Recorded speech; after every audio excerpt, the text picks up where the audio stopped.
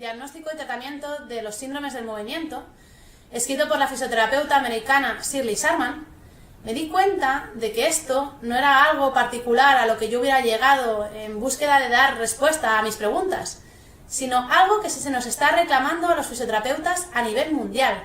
Y es que pasemos de trabajar con un diagnóstico basado en estructuras únicamente a un diagnóstico basado en movimiento. Y de esto es de lo que os quiero hablar. Ya somos profesionales, ya sí hacemos nuestra valoración y diagnóstico. ¿Y en qué consiste esta valoración? Pues en hacer una anamnesis y una exploración física. En la anamnesis vamos recogiendo los primeros datos que son relevantes en la historia clínica. Vamos haciendo también un sistema de cribado por banderas, precisamente por si tenemos que derivar a otros profesionales. Y en la exploración física valoramos todo tipo de estructuras. Estructuras articulares, miofasciales, tendinosas, nerviosas. Y una vez hecho esto, emitimos un diagnóstico que suele ser basado en una estructura. Pongamos un ejemplo. Yo tengo a esta jugadora de hockey que acude a mi consulta con dolor lumbar. Yo hago esta valoración y obtengo como diagnóstico un punto gatillo en el cuadrado lumbar, una distensión de la fascia toracolumbar, una disfunción somática L5-S1, o puede que encuentre banderas rojas y sea el médico el que diagnostique una hernia discal L5-S1 o incluso un tumor óseo. Aquí es donde suele aparecer el médico para decirnos que los fisioterapeutas no podemos trabajar sin un diagnóstico médico. Y nosotros defendemos fervientemente que el diagnóstico de fisioterapia es distinto del diagnóstico médico. Pero ambos tienen algo en común dentro de este modelo, y es que los dos están basados en unos agentes físicos. Si leemos la definición de fisioterapia, se dice que es la ciencia que se encarga de la restauración del sistema de movimiento a través de estos agentes físicos, que son la temperatura, la electricidad, el agua, el sonido y el propio movimiento. Somos un poco los sanitarios Capitán Planeta, ¿no? Nos gusta esto de los elementos. Y si leemos la definición, no hace falta ser un premio Nobel para empezar a intuir que si somos los que restauramos el sistema de movimiento y una de nuestras herramientas es el propio movimiento, probablemente esta va a ser la herramienta más importante. Va a ser, o debería serlo, porque en los últimos años, si por movimiento no entendemos el movimiento que ejerce el propio fisioterapeuta sobre el paciente tumbado en una camilla, esto no es lo que ha venido ocurriendo. El resto de agentes físicos pasivos tomaron mucho protagonismo y el movimiento se convirtió en algo así. ¿Por qué me lesiono? Me lesiono siempre por el movimiento. O bien porque hay un movimiento óptimo cuya carga excede el umbral de capacidad de mi tejido, o porque hay un síndrome de movimiento que hace que una carga normal se está traduciendo como excesiva. Vamos a ir al primer supuesto. ¿De qué estoy hablando? Tengo un movimiento óptimo cuya carga excede el umbral. Y vamos otra vez al ejemplo de Eva. Eva me cuenta en la anamnesis que han despedido a la mitad de compañeros. Entonces están haciendo el mismo trabajo entre menos. Yo ya interpreto en esa valoración del movimiento que aquí ha habido un aumento de cargas que está influyendo sobre esas estructuras. Entonces haré mi valoración y tengo un diagnóstico de tendinopatía del supraespinoso. Esto es un diagnóstico basado en estructura, pero ya habiendo valorado esto en el movimiento, ¿vale? A la hora de tratar también trataré movimiento. Entonces, puedo usar los agentes físicos pasivos para modular esos síntomas que tiene Eva, pero también trataré el movimiento ¿cómo? Con carga también. ¿A través de qué? De la mecanotransducción. ¿Y qué es la mecanotransducción?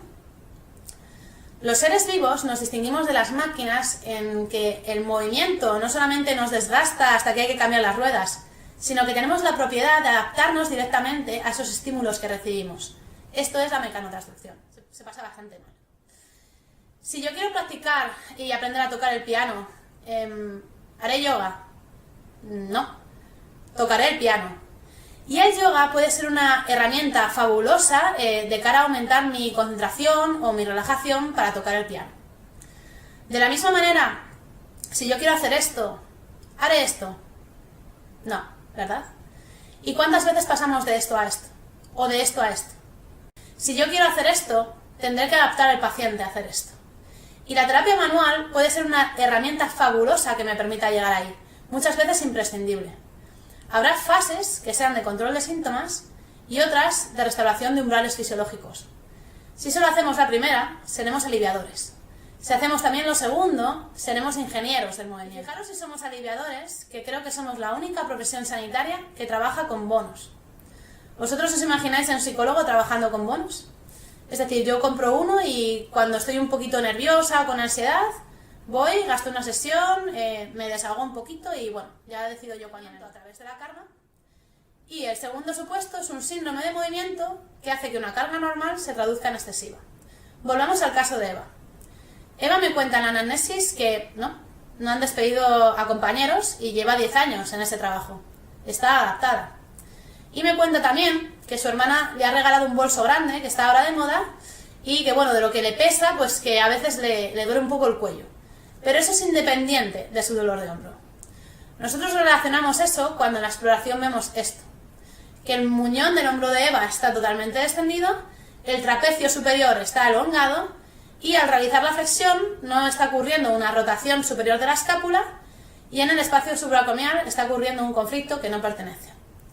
Esto es un síndrome de rotación escapular inferior y esto es un diagnóstico basado en movimiento. ¿Y quién lo llama así?